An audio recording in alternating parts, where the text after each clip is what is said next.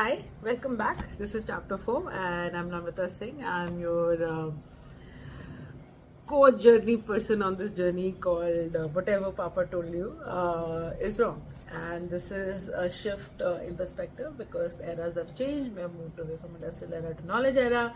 And especially if you're a student, young person, going through shifts, going through changes, feeling a little lost, especially at work, maybe this is the place for you. And now we're going to talk about something very, very specific. We're going to speak about the fact that the job of your dreams is not given to you, it's built by you. And I know that you must be like, what are you saying? And this is the company I want to work for, this is the position I want to apply for, and when I get that, then I'm arrived.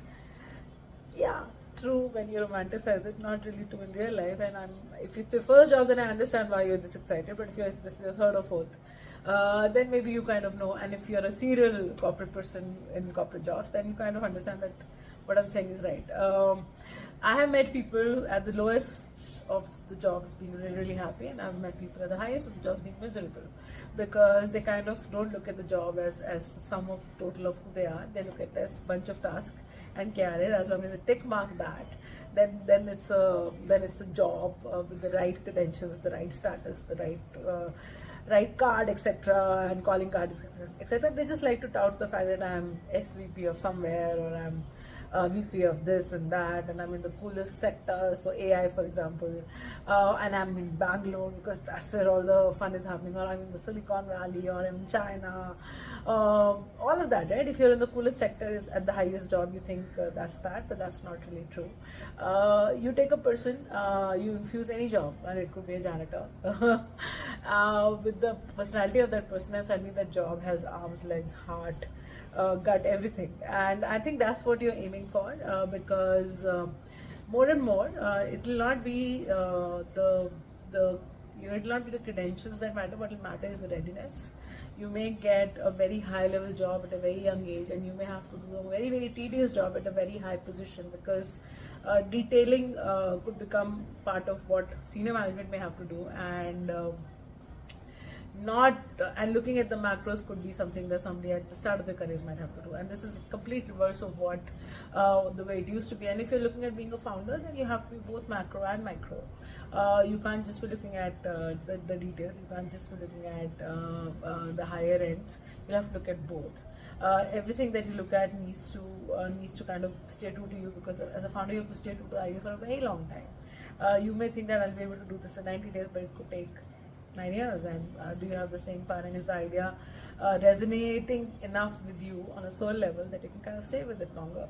A lot of things will come your way. Market will surprise you, world depression might happen, another technology might come, which will happen more and more, or your idea, competitor might come out of thin air, and that may not be somebody on whom you may have your eye. It could be somebody completely a rank newcomer that you've never heard of, from a country you've never heard of, in a language you don't know. And then what are you going to do? So in all of this, a job of your dreams is something that you build. It's not handed over to you on a platter, or as a visiting card. It's not your visiting card. It's not the designation and the status games that people are playing with it. It's not the conference room. It's not the 100 meetings. It's a lot of the jobs are happening in isolation. You may be collaborating in person, or in groups, but you are doing the job a lot more in isolation because you're skilling yourself constantly. You will seek a lot more quietness going forward. People are spending a lot more time impressing 5 people in 5 rooms. That's not really the way to go. Maybe events is also not the way to go. Maybe sitting a lot more alone and just working on your own self and just growing yourself so that you can serve people more than outside of just a few people in your family. You can open your brain, because the whole point of education and even a job is to open your brain so that you can do more, be more, etc., is, I think, the end result of it. And this is the kind of topic that requires you to have examples. For example, Zakir Khan.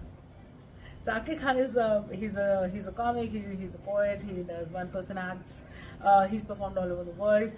But when you first met him, did you even imagine any of it? At that time, somebody like a Tanmay looked a lot bigger. Other people looked really cooler. This is not a good-looking man, and he spoke in Hindi. He didn't speak in English or a global language, so to say, and he had a mix of Urdu. But he was very, very true to his own essence. And I call him somebody who understands human psychology better than most psychologists and psychiatrists and scientists that I've met in my life. And that is somebody who's looking at life with a very fine comb and analyzing life and people and humans at a very, very deep level. Not because he has the right degrees for it or because he has to do it. It's none of that. He's just created his own job. And he was also trained to be a musician. He was not really trained to be what he did, but he understood something called meter. He understood meter. He understood rhythm, and he worked with the rhythm of what his job required. He maybe had that rhythm inherently, and he understood that I need a community around me at all times. I need people to appreciate my work. So he just created that for himself. He created something out around his own personality. You look at somebody like Einstein. When you look at his career, you may think, oh, that's the most brilliant scientist. No, he was a really good linguist. At the times at which Einstein became Einstein, there was World War, and he was really good at German. And he kind of stayed in a patent office long enough to be able to connect a lot of non-linear ideas. That's somebody who became a world-renowned scientist, not because of the science skill, but maybe because of the language skills. And maths is a language too. So anybody who's kind of calling themselves a coder and zeros and ones and the binaries, hey, maths is a language too that needs to be learned, and anybody who knows that really well. And today, somebody who can speak really well, if I can just convert all the maths into really good text, in the speech-to-text era that we are in, maybe I will have a higher hand than any other coder out there because I understand language really, really well. Complete shift of perspective.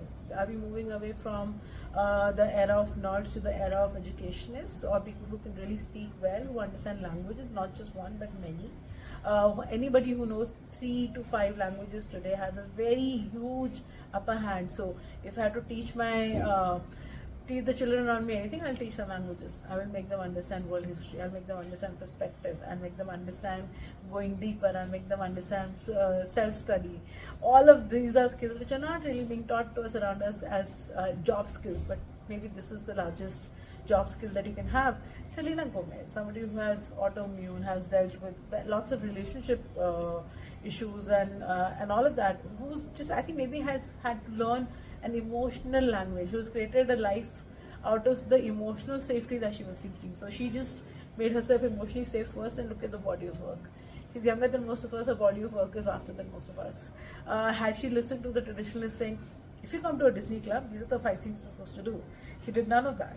She put on weight, she had autoimmune, she had health issues, and look at where she is today, right? And these are interesting examples to look at, because these are not the kind of examples we are given. We're kind of just given this really successful use case, but we're not told as to how you should go and see The Theory of Everything as a movie just to understand what a successful life could actually be in reality. If you look at A Beautiful Mind, how do you deal with the neurodivergent brain, or a brain going through crisis? But that's the brain that also got a Nobel Prize. And these are interesting use cases because I think our brains are under a lot of cognitive load now, and so brains will, under pressure, we turn out to be different, right? So in the agrarian society, the bodies were the toughest because the physical labor were the hardest, right? So they were very, very tough bodies. Then came this industrial era where people became poets and a lot more creative work came out because there was angst in the society because we were being made into cookie cutters, right? You had to do the same task again and repetitive. So your brain and your being, the physicality was gone, but you need to be more expressive. You needed more art, cinema, to be able to express the angst of having to do the same job again and again, because as humans we are not built for being repetitive. And now with AI, if repetitiveness is gone and you suddenly have 8 hours free for you, what are you going to do with it? Are you going to drink and do what with it? You will build yourself in the likeness of your highest version, because now you have the time and the mind space to be able to do that. And you will not just do creative work, you will not just do intellectual labor, you will do a lot more with your life. Your life will suddenly have dimensions that you did not think were possible because you didn't have the time and space for it. Now you do. And as soon as we understand this, I think we kind of will break the mold of that whatever job I'm given, I just do the KRA and that's that. There is no KRA. At the job of an accountant, you can be a poet. A poet could be a runner. A runner could be a podcaster. A podcaster could be a home baker. A home baker could be a comic. A comic could be a really good parent. And you can add more adjectives to it and more dimensions to your own personality, and by the time you leave this planet, hopefully you'll be extremely well-rounded personality, and that's the case. So the homework for this week, and this is for this week, is look at your own job and redefine it. This is who you are, whatever your job is, no matter where you work, government office, private organization, startup, your own company, your own foundation, doesn't really matter.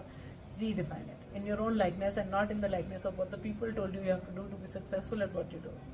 For a minute, bring your own personality into it, your own flavor into it, and let's see what happens. What will happen? The worst is you get fired, find another job. Right?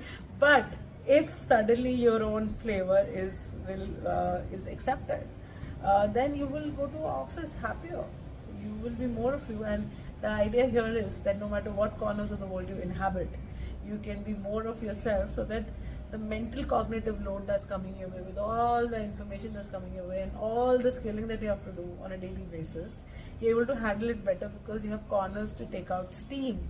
Whatever life throws at you, you convert it into 50 new items, and by the end of our lives, hopefully we have massive body of work because we have massive cognitive load. What say? Interesting? No? Do this assignment.